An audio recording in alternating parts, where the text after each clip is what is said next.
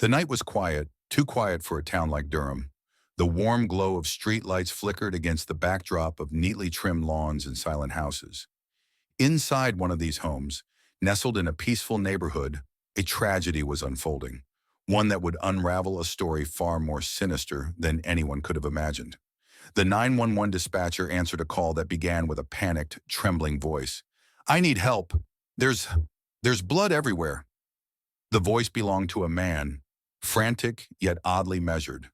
A sound of heavy breathing filled the line before the caller's voice returned, cracking slightly. "My wife, she's on the floor. She's not moving." The emergency responders were quick. Within minutes, flashing red and blue lights painted the quiet street with urgency. Officers stepped out of their patrol cars, the air thick with a tension they had felt too many times before.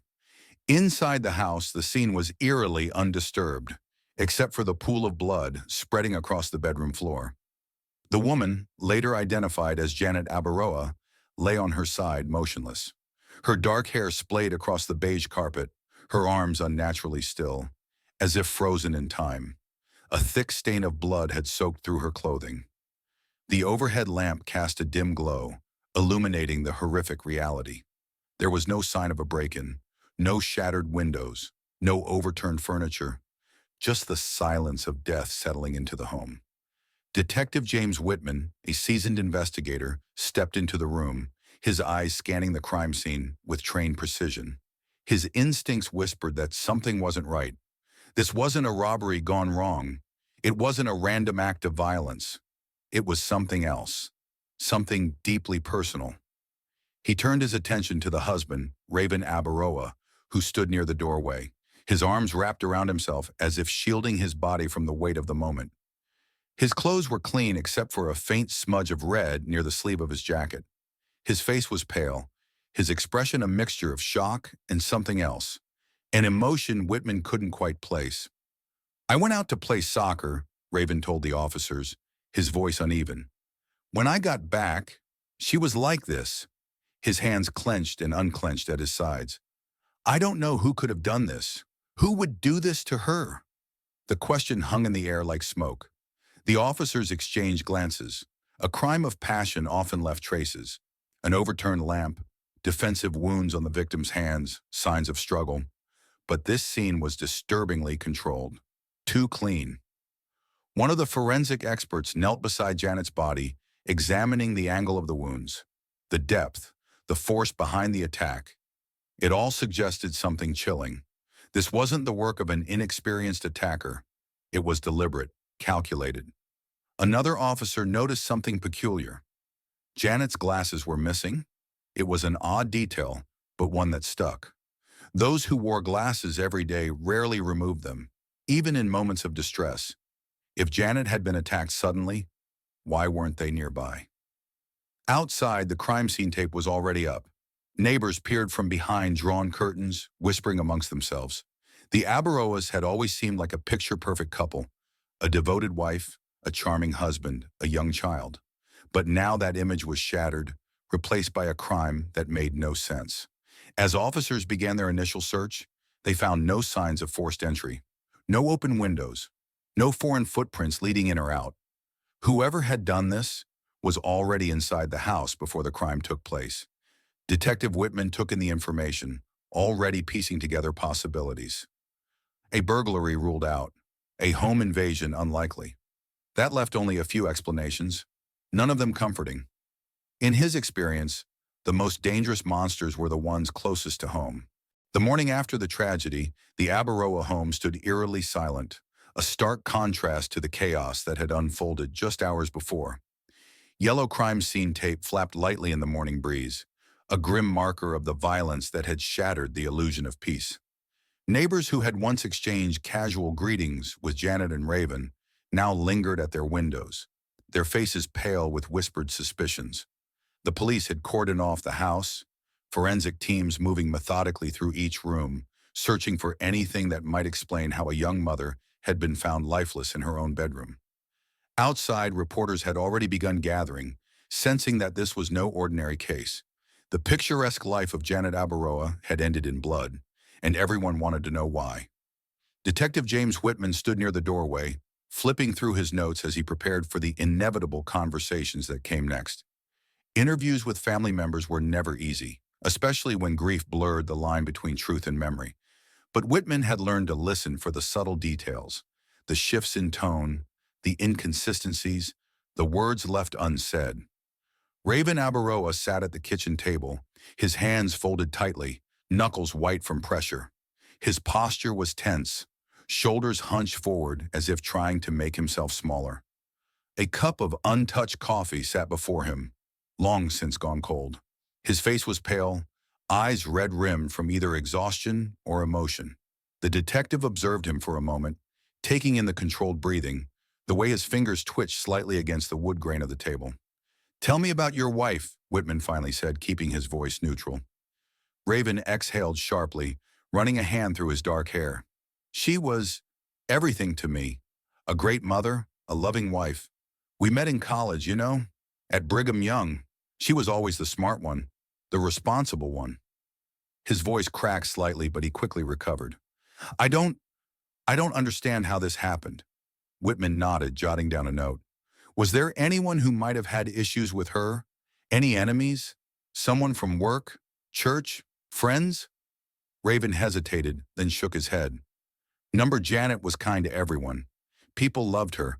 I mean, sure, we had our share of disagreements. What couple doesn't? But nothing like this. Nothing that would make someone want to." His voice trailed off. That was the moment Whitman noted the first crack. There was something oddly rehearsed about the way Raven spoke. His words came in measured beats, carefully chosen. It wasn't unusual for people in shock to sound detached, but something about his phrasing struck the detective as deliberate.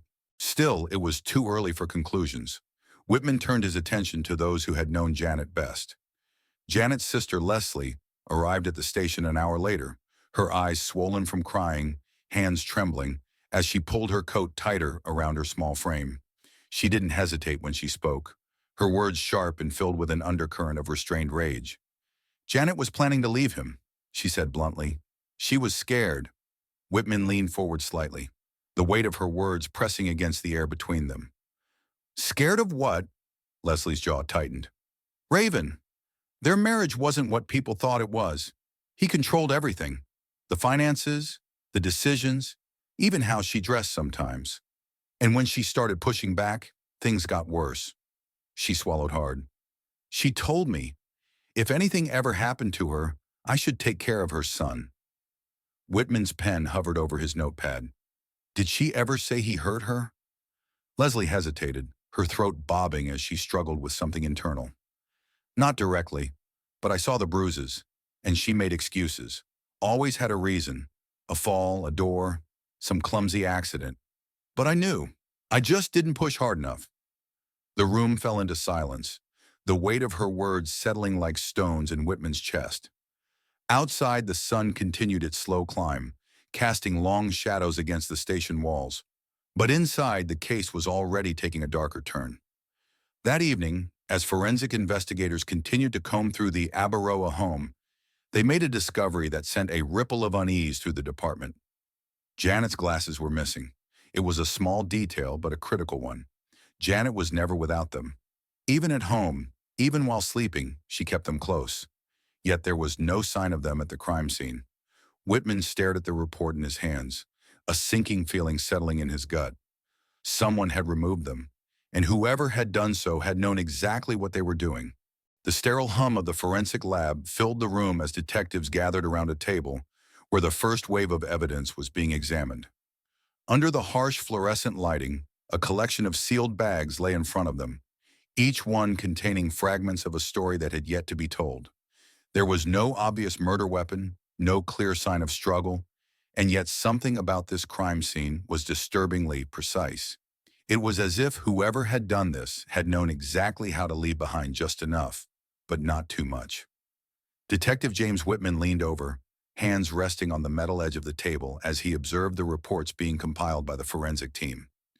Blood spatter patterns, DNA analysis, fiber samples. Each detail carried significance, even if it wasn't immediately obvious. A young forensic analyst, Kendra Ruiz, flipped through her preliminary findings. No foreign fingerprints anywhere in the house. No forced entry. Blood is contained strictly to the crime scene area. There's no evidence of struggle, no defensive wounds on the victim, no bruising that suggests she fought back. Whitman's fingers drummed against the table. "That's what bothers me," he muttered. "She was found in her bedroom. That's supposed to be a place of safety. If someone was in there threatening her, why didn't she try to escape?" Ruiz hesitated before speaking. "That's the thing. Whoever did this, she either didn't see them as a threat or she didn't have time to react." The words settled heavily in the air. A woman like Janet, known to be cautious, responsible, and deeply protective of her child, wouldn't have let a stranger get close enough to hurt her. That left only a limited number of possibilities, none of which were comforting. Then there was the other, more troubling detail. Janet's glasses were still missing. It wasn't the kind of thing most people would notice at first, but Whitman had spent years studying crime scenes, knowing that it was often the smallest details that cracked a case wide open. He picked up the case file, flipping to a photo of Janet taken a few months prior. In every single picture, she was wearing her glasses.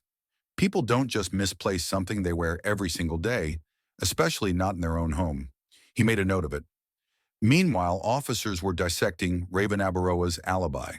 He had stated that he had been at a soccer game that evening, leaving the house sometime after dinner, and returning to find his wife already gone. It should have been easy to verify. A soccer match meant teammates, spectators, people who could place him at a specific location at a specific time. But when detectives checked, something strange happened. Not a single person could remember seeing him for the entire game. A few players recalled him arriving at the field at some point, but none could confirm exactly when. Some thought he had left early, others weren't sure if he had played at all. It was the kind of vague, inconsistent recollection that made investigators uneasy. People don't forget details like that. Not when a man's wife had been found dead just hours later. As officers continued to probe, another troubling inconsistency emerged. Whitman sat at his desk, reviewing the time-stamped surveillance footage from a gas station located a few miles from the Abaroa home. The camera, positioned to capture the main road leading toward the neighborhood, had picked up several vehicles that evening, including one that bore a striking resemblance to Raven's car. It had been seen heading toward the house well before the time Raven claimed he had returned. The footage was grainy, inconclusive, but it raised a serious question. If Raven had been at his game, why did it look like his car had gone home early? It was a puzzle missing too many pieces.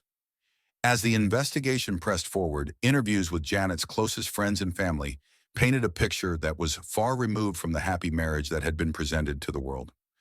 Her sister Leslie had already hinted at trouble, but now other voices joined in. A co-worker at Janet's office, who asked not to be named, described moments that had seemed odd at the time, but, in hindsight, took on a more sinister tone. "She never outright said anything was wrong," the co-worker admitted, "but you could tell something was off. Some days she looked exhausted, like she hadn't slept, and she was careful about what she said. If Raven called while she was at work, her whole posture would change, like she was on edge." Another friend recalled how Janet had begun withdrawing from social events. "She used to love coming out with us. Then suddenly it was like she had to check in for everything. She wouldn't say it outright, but you could feel it. She wasn't free to make her own choices anymore." And then there was the most disturbing account yet. A former roommate of Janet's from her college days contacted police after seeing news of her murder.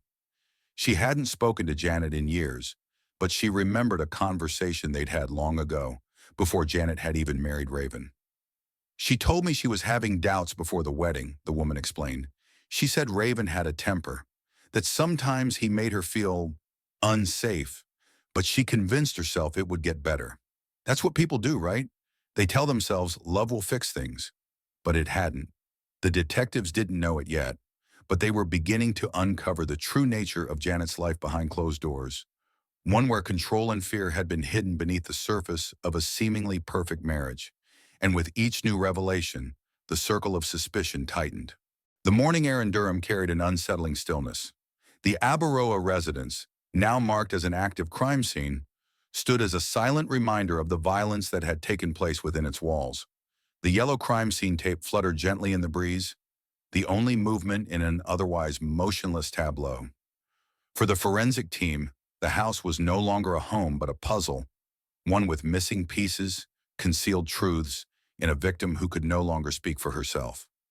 Detective James Whitman stood outside, watching as technicians moved methodically through the property, collecting fibers, analyzing stains, and documenting the space as if it held the secrets of the dead.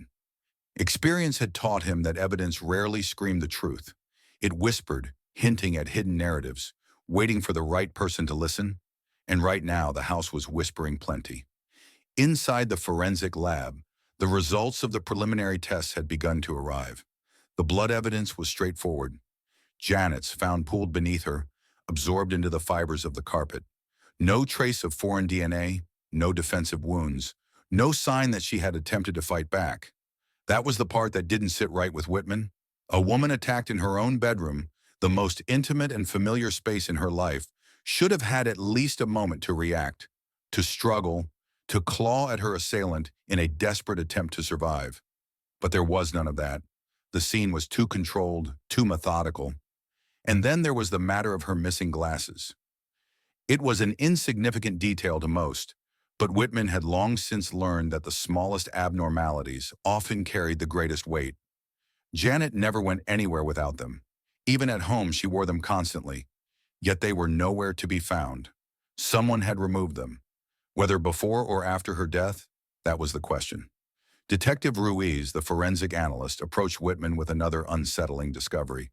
"We re-examined her clothing," she said, flipping through her notes. "There's an inconsistency with how she was found. The way her clothes were arranged, it suggests she was moved after she was attacked." Whitman narrowed his eyes.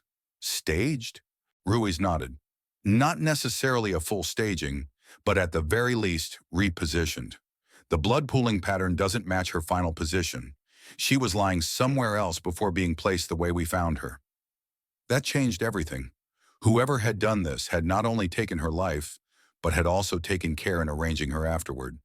That was a deeply personal action, one that spoke not of random violence, but of intention, a crime of passion, a moment of regret, or perhaps a calculated effort to control how she was discovered. And there was more. The autopsy report came in. Ruiz continued, her voice lowering slightly. The cause of death was multiple stab wounds, but the fatal injury was a deep puncture to the chest. The blade hit the heart. She likely died within minutes.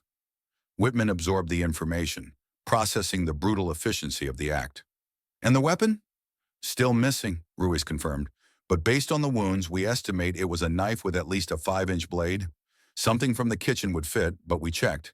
Their entire knife set is accounted for. A missing weapon, a missing pair of glasses, a victim who had been moved." The inconsistencies were stacking up, each one pushing Whitman further away from the idea of an outside intruder and closer towards something far more unsettling. Meanwhile, the investigation into Raven Abaroa's alibi continued. It had been simple enough on the surface. He had gone to play soccer that night, leaving his wife at home. But now the cracks in that story were widening. Officers had spoken to several of his teammates. Most were vague in their recollections, unable to say for certain when exactly Raven had arrived or left. Some swore they had seen him play, others weren't so sure. The game itself had no formal attendance list, no security footage, no irrefutable proof of his presence. And then there was the footage from the gas station. Whitman reviewed it again, watching the timestamp as the vehicle, appearing to match Raven's, drove past. It was earlier than the time he claimed to have arrived home, earlier than when he said he had discovered his wife's body. If it was him, then he had been near the house before he should have been, but the evidence was still circumstantial. No clear image of him behind the wheel, no direct link between that vehicle and the crime itself. It wasn't enough. Not yet. As detectives continued to scrutinize Raven's movements, they also began to dig deeper into the dynamics of his marriage. The picture that emerged was troubling. Janet's friends had described a woman who had once been full of life, but had gradually become more withdrawn. She had stopped attending social gatherings, always citing excuses that didn't quite make sense. She was tired, busy, not feeling well. But the truth, it seemed, was something else entirely. One of her closest friends, speaking in hushed tones, recalled a conversation that had stuck with her. "She told me once that she felt trapped," the woman admitted, "that she wasn't sure how much longer she could keep going like this. I asked her if she meant the marriage, but she just changed the subject." Another friend revealed that Janet had been making plans, subtle, careful plans, to leave. She had started looking at apartments, the friend said. She hadn't made any moves yet, but she was thinking about it.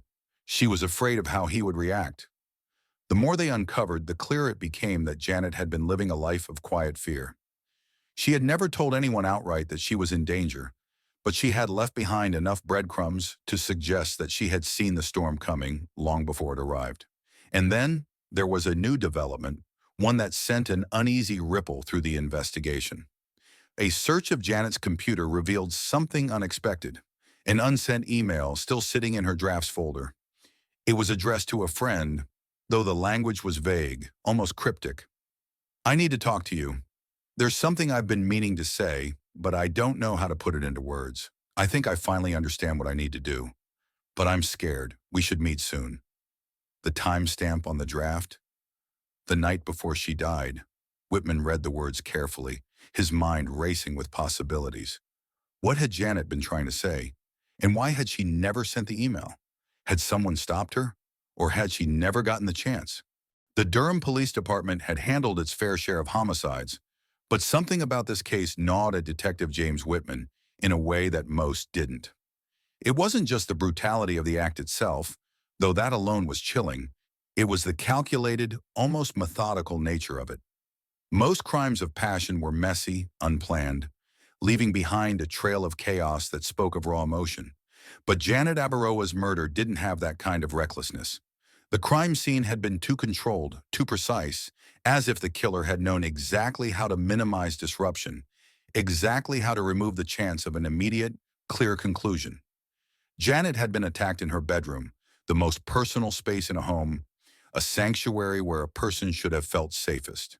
There were no defensive wounds, no desperate claw marks or signs of struggle. The forensics team had combed through the house and confirmed what Whitman had feared from the beginning. Janet had never even had the chance to fight back. That left only a handful of possibilities, and none of them were comforting. Whoever had done this had been close to her, close enough that she either hadn't seen them as a threat or hadn't had time to react before the first fatal wound was delivered. That was a significant detail, one that ruled out the theory of a random break-in or a robbery gone wrong. It wasn't a home invasion. It wasn't an impulsive act of opportunity. This was deliberate. The autopsy report confirmed multiple stab wounds, but the one that had ultimately ended her life had been a single, deep puncture to the chest, hitting the heart directly. The force behind it had been strong, precise. There was no hesitation, no ragged or uncertain cuts. Whoever had wielded the weapon had done so with intent. That alone spoke volumes about the nature of the crime. But the most troubling aspect of the autopsy report wasn't just how Janet had died. It was what was missing. Her glasses. Janet wore glasses every single day, in every photo, in every recollection from friends, colleagues, and family. She was never without them. And yet, at the scene of her murder, they were gone. It wasn't just that they had fallen off during the attack. If that were the case, they would have been somewhere in the bedroom, under the bed, near her body. But they were nowhere to be found. Someone had removed them. Whether before or after she was killed, that was the question that lingered. As Whitman reviewed the evidence, he felt the weight of something much deeper forming beneath the surface. Whoever had killed Janet had taken the time to move her body. The forensic team confirmed that based on the way the blood had pooled, her body had been in a different position at the time of the attack than how it had been found. That meant the killer had not only removed evidence, but had gone so far as to manipulate how she was discovered. That wasn't something an intruder would do.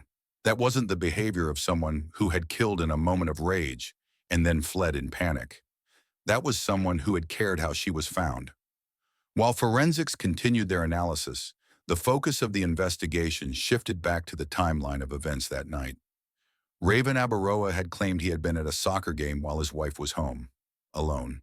It was a simple alibi, one that should have been easy to confirm. He had left, he had played his game, and he had returned home to find his wife's body. That was the version of events he had told the police, but the more detectives looked into it, the less certain it seemed. Several of his teammates were interviewed, and their recollections were vague at best. Some thought they had seen him arrive later than usual, but couldn't pinpoint exactly when. Others believed he had left before the game had ended, but weren't sure of the time. The lack of a clear confirmation was unusual. After all, people remembered if someone had played an entire match.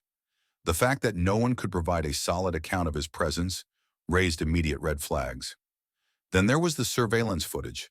A gas station camera just a few miles from the Abaroa home had captured a vehicle matching Raven's driving in the direction of the house at a time that contradicted his alibi. The footage wasn't high enough in resolution to identify the driver, but the car's make, model, and distinctive bumper sticker matched Raven's. If he had been at his soccer game, why was his car seen heading back toward the house earlier than he claimed? And if he had been home during that time frame, where was Janet?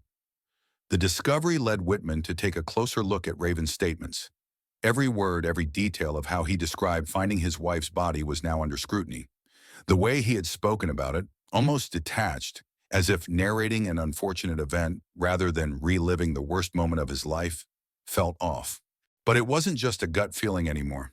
A neighbor had come forward.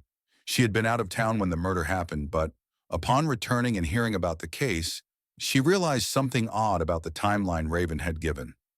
She remembered coming home from work that night and pulling into her driveway at 8:15 p.m. As she got out of her car, she glanced toward the Abaroa residence and saw Raven's car already parked in the driveway. That single piece of testimony completely contradicted Raven's version of events. If he had been at his soccer game, why was his car home so early? If he had been home by 8:15 p.m., why had he told police he didn't find Janet's body until much later? The inconsistencies were piling up, and the weight of them was becoming impossible to ignore.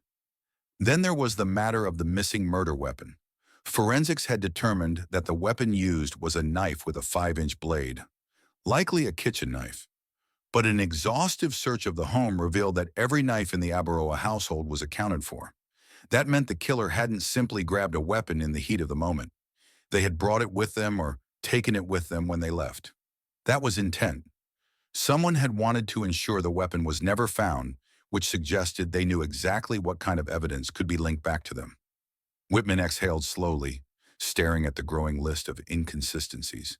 The missing glasses, the moved body, the fractured alibi, the neighbor's testimony, the gas station footage, the missing knife. Every piece was another nail in the coffin of whatever version of events Raven had tried to sell. And yet none of it was enough. Not yet. The case was still circumstantial. A clever defense attorney could argue that the inconsistencies in Raven's alibi were just misunderstandings, lapses in memory, that the missing glasses were irrelevant, that the murder weapon's absence didn't mean it had been removed on purpose. Whitman knew they needed something definitive, something that would take this from a case of suspicions and theories to a case of undeniable fact. And then something happened that changed everything. A new piece of evidence surfaced, one that no one had seen coming.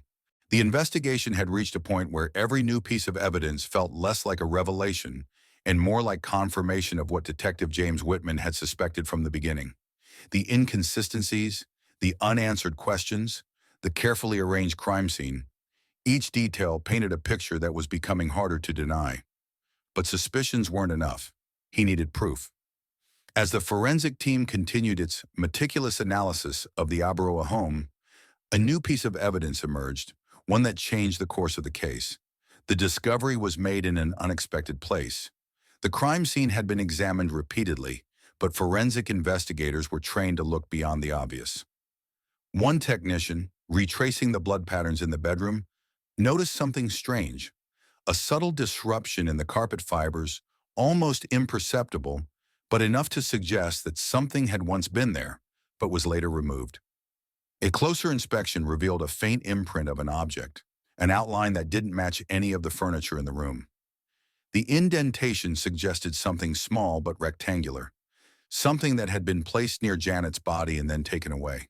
The missing glasses had been a concern from the start, but now there was reason to believe that something else had been present at the crime scene, something the killer had intentionally removed.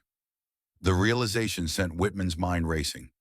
Why would a killer take something after committing the crime? What had been removed that was so important it couldn't be left behind? The missing murder weapon made sense. It could directly link someone to the crime. But what else? His gut told him this wasn't just about a piece of physical evidence. It was about control.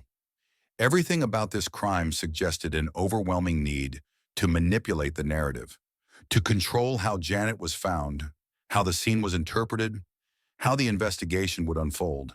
And that kind of control was rarely the hallmark of an impulsive act. It was the mark of premeditation. Forensics had already determined that Janet had been moved after death.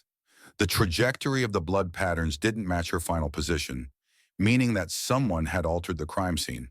The manipulation of her body suggested a deliberate effort to stage the discovery in a way that fit a specific version of events. And now, with this new imprint in the carpet, it was clear that something had once been in the room, but was no longer there. A detailed scan of the crime scene photos was ordered, with analysts instructed to compare every single image, looking for any trace of what might have been taken.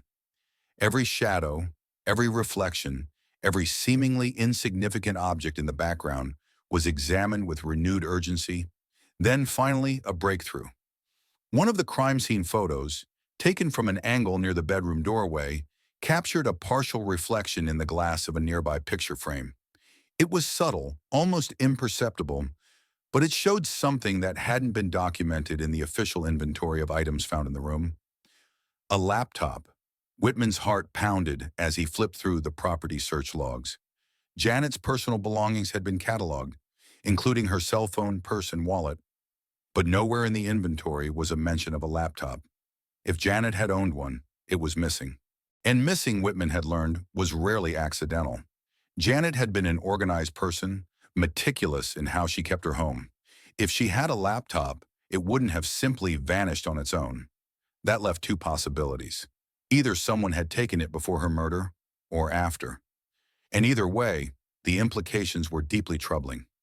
A search warrant was quickly obtained for the Abaroa residence, allowing detectives to conduct a deeper, more invasive search. This wasn't just about collecting general evidence anymore. This was about finding something that someone had gone out of their way to erase. The detectives combed through every room, every closet, every possible hiding place. Then in the garage, beneath a pile of old boxes and sports equipment, they found something. A small black bag, partially unzipped. Inside was a laptop. Whitman felt a rush of adrenaline.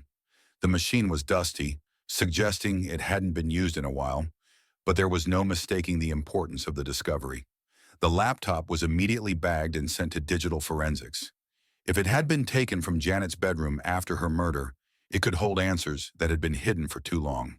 While waiting for the results, the detectives returned to another pressing issue: Raven's unraveling alibi. A timeline was beginning to form, one built not on speculation, but on verifiable inconsistencies. Raven had claimed that he had gone to his soccer game, arriving at 7:30 p.m. and staying until after 10 p.m. But evidence now suggested otherwise. The gas station surveillance footage had placed a vehicle matching his returning home much earlier than he had claimed. The neighbor's statement put his car in the driveway at 8:15 p.m., meaning he had been home far longer than he had admitted. And then there was the absence of any clear eyewitnesses, placing him at the game for the entire time. Bit by bit, the cracks in his story were widening, and with every new inconsistency, the question grew louder. If he wasn't at the game the whole time, where was he? The forensic team's digital analysts worked through the night, extracting whatever data they could from the recovered laptop. Deleted files, browsing history, saved documents, anything that might provide a window into Janet's final days. What they found was disturbing. In the days leading up to her death, Janet had searched for information on domestic violence resources, divorce attorneys, and emergency shelters. She had been looking for a way out. Even more damning, she had drafted an email, one that had never been sent. The contents were chilling. "I don't know how to say this, but I think I need help. I don't feel safe anymore. I've tried to be patient, tried to believe that things will get better, but I don't think they will. I feel like I have to be careful about everything I say, everything I do." If anything ever happens to me, please don't believe it was an accident. The draft was dated the night before her murder. Whitman sat in silence as he read the words over and over again. Janet had seen this coming. She had been afraid. She had been preparing to leave. And now she was dead. The investigation was reaching a boiling point.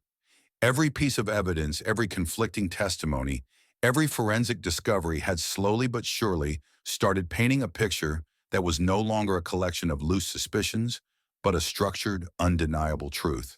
The truth had been there all along, hidden beneath inconsistencies, buried under conflicting stories, and masked by carefully manipulated crime scene details. But now it was surfacing. Detective James Whitman had spent years chasing murderers, but there was something particularly unsettling about this case. It wasn't just about proving who had done it. He already had a strong feeling about that. It was about proving how, when, and why in a way that could hold up in a courtroom. Cases like this weren't just about catching a killer. They were about eliminating doubt piece by piece, so that when justice was finally served, it was absolute. The most critical revelation had been the recovered laptop, hidden away as if someone had deliberately tried to erase it from existence. On that laptop, Janet had left behind digital footprints, searches that suggested fear, drafts of messages that had never been sent, signs of a woman who had been planning her escape from a life that had slowly become suffocating. Janet had been looking up divorce attorneys, emergency shelters, domestic violence resources. She had drafted an email, one that had never been sent, an email that read like a silent scream. I don't know how to say this, but I think I need help. I don't feel safe anymore. I feel like I have to be careful about everything I say, everything I do. If anything ever happens to me, please don't believe it was an accident. The email had been typed the night before she was murdered, and now she was gone. Whitman stared at the document, reading it again and again, absorbing the weight of what it meant. Janet had seen it coming. She had been afraid, and she hadn't been wrong. But there was something else, something worse. As forensic analysts dug deeper into the metadata of the laptop, they found traces of files that had been deleted. Files that were likely emails, messages, or documents. Records of things Janet had written, but never wanted to be seen by the wrong person. But even when files were deleted, they left behind echoes. Fragments remained, hidden in the digital architecture of the machine. And it was in those fragments that they made a discovery, a password-protected document, partially recovered from the system logs. It had been deleted after Janet's death, a sign that someone had tried to cover their tracks, a sign that someone had accessed her laptop after she had already been murdered. The implications of that were staggering. It meant that whoever had taken Janet's life had gone back to her laptop and manually erased something from it. They had been careful enough to hide the device, but they hadn't counted on modern forensics being able to recover deleted data. Whitman took in the information, his mind racing through the possibilities. Raven had claimed he discovered his wife's body and immediately called 911. But the timeline was no longer supporting that claim. The neighbor had placed his car at the house before 8:15 p.m., long before the supposed time of discovery. The gas station footage had contradicted his version of events. And now this, evidence that someone had accessed Janet's laptop after she had died, evidence that pointed not just to guilt, but to a deliberate attempt to hide the truth. The problem was proving it was Raven. Digital forensics could confirm that someone had deleted files, but who had done it? That was the challenge. The laptop hadn't been recovered in his possession. It had been found hidden away in the garage, buried beneath household clutter. That suggested he had tried to dispose of it, but without a direct link to his fingerprints on the keyboard or a login record that proved he was the one who accessed it, defense attorneys could argue that anyone could have deleted those files. Whitman needed more. And then another break came. A new witness came forward, one that no one had anticipated. She was a woman, mid-30s, with a hesitant but determined demeanor. She had seen the news about Janet's murder, the case that had been making headlines, and she had come forward because she had a story to tell. She had dated Raven Abaroa not long after Janet's death. She had met him a few months later when he had relocated and was seemingly trying to start over. Their relationship had been brief, but in that time she had noticed something something that had stayed with her, something that had made her uneasy even before she knew what he had been accused of. He was controlling, she said, her voice steady but low. Not in a way that was obvious at first, but in little things. What I wore, who I talked to, how I spent my time. It was subtle, but it was there. That wasn't necessarily incriminating. But what she said next was, there was one night, I don't even remember how we got onto the subject, but I made a comment about people who get away with things, like on crime shows. And he looked at me and he said, she hesitated, swallowed hard. He said, the trick is knowing what to get rid of. Whitman felt the weight of those words settle into his chest. The trick is knowing what to get rid of. Like a murder weapon, like a laptop, like Janet's missing glasses. He leaned forward, his hands clasped together. Did he ever talk about Janet? The woman exhaled slowly. Only once. I asked him what happened, and he said it was complicated, that he came home and found her, and that it was awful, but that people always blame the husband. She paused. He said he wasn't worried, though, that they couldn't prove anything. They couldn't prove anything. That was the arrogance of a man who believed he had covered his tracks. That was the confidence of someone who thought they had outsmarted the system. But he had underestimated one thing: time. Time had a way of bringing the truth to the surface. And with every new piece of evidence, every inconsistency, every missing item, the net was tightening around him. Whitman knew they were getting close, and soon there would be nowhere left for Raven to hide. Detective James Whitman had been here before, standing at the edge of a case, feeling the tension build like a storm ready to break. The investigation had reached a critical juncture. The weight of the evidence was pressing down. The inconsistencies in Raven Abaroa's story had unraveled beyond repair, and now all they needed was the final push. The forensic reports had been a goldmine of insight. The missing laptop had revealed Janet's private fears, her search history filled with domestic violence resources, her unsent emails hinting at desperation, her final attempts to escape a marriage that had become suffocating. And yet, as damning as those digital breadcrumbs were, they were still circumstantial. But now there was something more, something irrefutable. Forensics had taken another look at the clothing Raven was wearing the night of Janet's murder. Initial tests had shown no obvious bloodstains, but newer, more advanced techniques revealed microscopic traces of Janet's blood embedded deep in the fibers of his sleeves, far too small to be visible to the naked eye, yet significant enough to suggest direct contact. This wasn't transfer contamination. It wasn't the result of discovering her body and trying to revive her. The blood spatter was consistent with close-range impact, the kind that only occurred when someone was standing near a victim at the moment of injury. Raven had been there when Janet was killed. Whitman felt the full weight of the discovery as the lab results landed on his desk. He knew what this meant. This wasn't just another inconsistency. It was the moment everything changed. There was no way out for Raven Abaroa now. The arrest team was assembled before dawn. Whitman wanted this to be by the book. No missteps, no technicalities that could later be exploited in court. He had seen cases fall apart over the smallest details, and this one had to hold. Raven was living in a different state now, far from the house where Janet had died. His life had moved on, or at least that's what he wanted people to believe.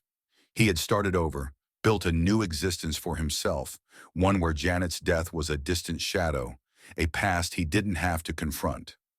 That illusion shattered the moment he opened his door. The sight of uniformed officers, the cold, formal tone of, "You are under arrest for the murder of Janet Abaroa," the snap of the handcuffs locking around his wrists. It was a scene he hadn't prepared for. For a moment he didn't speak. His face remained composed, frozen in something that resembled shock, but not quite. It was more like calculating silence. And then the words came. "This is a mistake." The officers didn't respond. They had heard those words before, from too many men who thought they could outmaneuver the truth. As they led him away, neighbors peered from their windows. The life Raven had tried to rebuild, the careful facade, was crumbling around him. But the true battle hadn't even begun. It would start in the interrogation room. Whitman sat across from Raven, the sterile glow of the police station's overhead lights casting sharp shadows against the walls. The room was small, claustrophobic, deliberately designed to make suspects feel boxed in, exposed. Raven sat with his arms folded, his expression blank, unreadable. The arrest hadn't shaken him the way Whitman had hoped. He was a man who believed in his ability to talk his way out of things. But this time was different. Whitman placed the forensic report on the table, sliding it toward Raven with slow precision. "We tested your clothes again," he said, his voice calm but firm. "We found Janet's blood. Tiny droplets, microscopic, the kind that only show up when you're inches away from the victim, when they're stabbed." Raven's gaze didn't shift, but there was something in the way his jaw tensed, something almost imperceptible that told Whitman the impact of the words had landed. "I found her like that," Raven finally said. His voice was steady, controlled, but Whitman knew better than to take it at face value. "I tried to help her." "No, you didn't." Whitman leaned forward slightly. "You never called 911 right away. You never screamed for help, and we both know that's not the only thing you've lied about." He let the words settle. The silence between them stretched, heavy, suffocating. "I was at the game," Raven repeated, but it was weaker now, as if he didn't believe it himself anymore. Whitman tilted his head. "No, you weren't. Your car was seen at the house before 8:15 p.m. The gas station footage puts you heading in that direction earlier than you claimed. The neighbors saw your car. Your teammates couldn't confirm exactly when you got there or how long you stayed. And then there's Janet's laptop." That was the turning point. Raven's posture stiffened, his hands flexing against the metal table. "You accessed that laptop after Janet was already dead," Whitman continued. "We have the timestamp. We know files were deleted. What were you trying to erase?" A flicker of something, fear, calculation, flashed across Raven's eyes. "I had nothing to do with this," he said, but now his voice wasn't as steady as before. Whitman knew they had him. The evidence was too much. The walls were closing in. But he also knew that men like Raven Abaroa didn't just break. They didn't crumble in a single moment. They held on, clung to whatever remained of their carefully constructed narratives, until there was nothing left to hold on to. "You planned this," Whitman said, keeping his voice low, almost a whisper. "Maybe not in one day, maybe not in one moment. But you knew what you were doing. And when it was over, you thought you could make it look like something else. A break-in, a robbery, a tragic accident." He let the words hang. "You moved her body." The silence stretched. "You took the murder weapon with you." Raven didn't move. "You deleted something from that laptop because you knew it could bury you." And then, for the first time since the interrogation had begun, Raven blinked rapidly. It was the smallest crack, but it was there. Whitman leaned back. "You can keep lying, Raven. You can keep sitting there, pretending this is all just a big misunderstanding. But we both know where this is going." He folded his arms. "The only question now is how long you want to drag this out before the truth comes out in court." Raven exhaled slowly, his fingers gripping the edge of the table so tightly his knuckles turned white. But he said nothing. Not yet. But Whitman knew it was only a matter of time. The courtroom was packed. The air felt thick with tension, anticipation hanging in the space like a storm cloud waiting to break. Every seat in the gallery was filled, reporters scribbling in notebooks, Janet's family sitting stiff-backed in the front row, and a sea of quiet observers who had followed the case since the beginning. They were all here to witness what they knew was the final chapter in the tragic story of Janet Abaroa. Raven Abaroa sat at the defense table, his expression carefully neutral.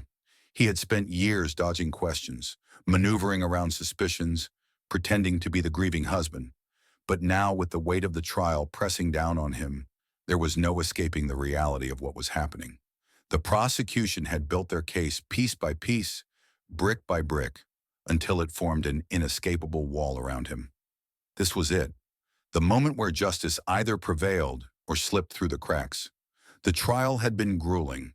The prosecution had laid out every inconsistency, exposing Raven's unraveling alibi, the forensic evidence that tied him to the crime, and the calculated effort to erase traces of what had happened that night. The gas station surveillance footage, the neighbor's testimony, the blood spatter on his clothing, the digital forensic analysis of Janet's laptop. It had all formed a perfect storm of evidence. The prosecution painted a chilling portrait of a man whose marriage had become a prison for his wife, a man who had seen Janet's desire for independence as a threat.